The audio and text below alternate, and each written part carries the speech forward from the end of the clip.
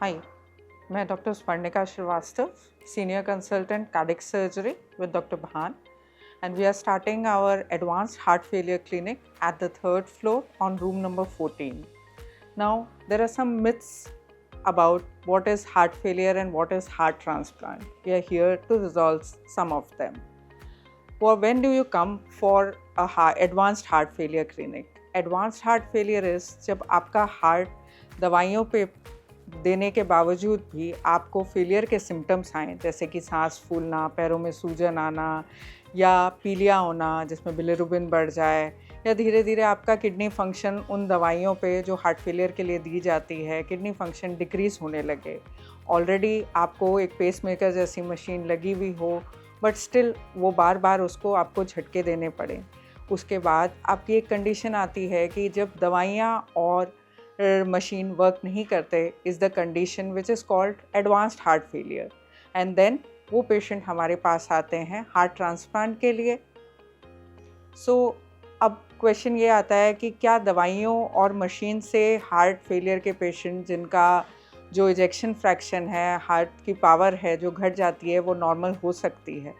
Answer है कि दवाइयों से आपके सिम्टम्स कम होंगे, मशीनों से सिम्टम्स कम होंगे, बट आपका जो दिल की पावर है जो घट चुकती है 60% से 20%, 25%, वो नॉर्मल कभी भी नहीं आ सकती दवाइयों से। उस नॉर्मल लेवल तक लाने के लिए ट्रांसप्लांट ही इलाज होता है। कुछ पेशेंट जिनमें हम ट्रांसप्लांट नहीं कर सकते, उनमें हम एक मशीन लगा सकते हैं पंप की तरह, जिसको हम एलवैट कहते हैं। अब हमें क्या क्या इन्वेस्टिगेशन करानी पड़ती है कई बार अगर आपको ट्रांसप्लांट के कैंडिडेट होना है। कुछ ब्लड की जांचें होती हैं, कुछ एंजियोग्राफी जैसी जांचें होती हैं, कुछ जांचें होती हैं ये जानने के लिए कि आपका किडनी, लिवर और फेफड़े ठीक हैं, क्योंकि हम सिर्फ हार्ट को रिप्लेस कर रहे हैं और बॉडी के फंक्शंस ठीक होने चाहिए। हार्ट ट्रांसप्लांट क्या होता है? क्या ये लिवर और किडनी ट्रांसप्लांट के तरह हो सकता है कि आपके साथ वाले आपको डोनेट कर सकें? तो आंसर नहीं है।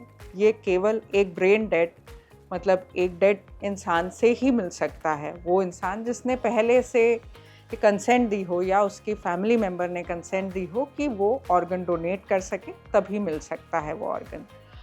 हार्ट ट्रांसप्लांट के अंदर जैसे कि कोई भी नॉर्मल कार्डियक सर्जरी में हम पेशेंट को बाईपास मशीन पे लेते हैं, वैसे ही लेते हैं, और फिर हार्ट को, जो नया हार्ट है, एक नॉर्मल हार्ट है जिसको हम सारी जांचें करके लाते हैं डोनर से, वो लगा दिया जाता है। तो ऑपरेशन बिल्कुल वैसे ही होता है जैसे कि कोई भी आपकी कोरोनरी बाईपास सर्जरी हो या वाल्व रिप्लेसमेंट सर्जरी हो। लोगों का मानना है कि उसके बाद लाइफ कितनी होती है, जो कि डेटा में देखा गया है कि 12 से 13 साल तक की लाइफ हो सकती है इंसान की बिल्कुल नॉर्मल, अगर वो दवाइयाँ अच्छे से खाए और अपने रेगुलर चेकअप्स में आता रहे।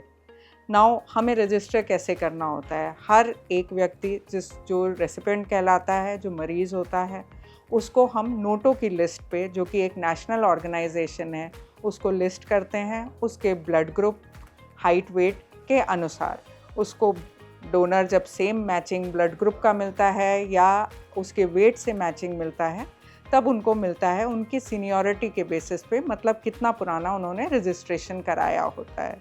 इसमें क्या कोई प्रेफरेंस, प्रिविलेजेस होते हैं? तो उसका जवाब है नहीं। केवल और केवल नेशनल गवर्नमेंट ऑर्गेनाइजेशन ही वो ऑर्गन एलोकेट करती है जिससे मिलता है। कोई प्रेफरेंस या प्रिविलेजेस उसमें नहीं होते हैं। लोग पूछते हैं कि उसके बाद की ज़िंदगी कैसे रहती है? डेफिनेटली पहले 1 साल दवाइयाँ थोड़ी ज़्यादा होती हैं, क्योंकि आपको इम्यूनिटी कम करनी पड़ती है, आपको एक नया हार्ट लगाया जाता है। बट उसके बाद दवाइयाँ उतनी ज़्यादा नहीं होती हैं, बट आपको रेगुलर सालाना फॉलोअप पे रहना पड़ता है और आप नॉर्मल लाइफ अटेंड कर सकते हैं, जैसे ड्राइविंग, प्रेगनेंसी, अपना नॉर्मल काम करना, वो सब कुछ आप कर सकते हैं। बाकी मिथ्स के लिए हम आगे आपसे बात करते रहेंगे।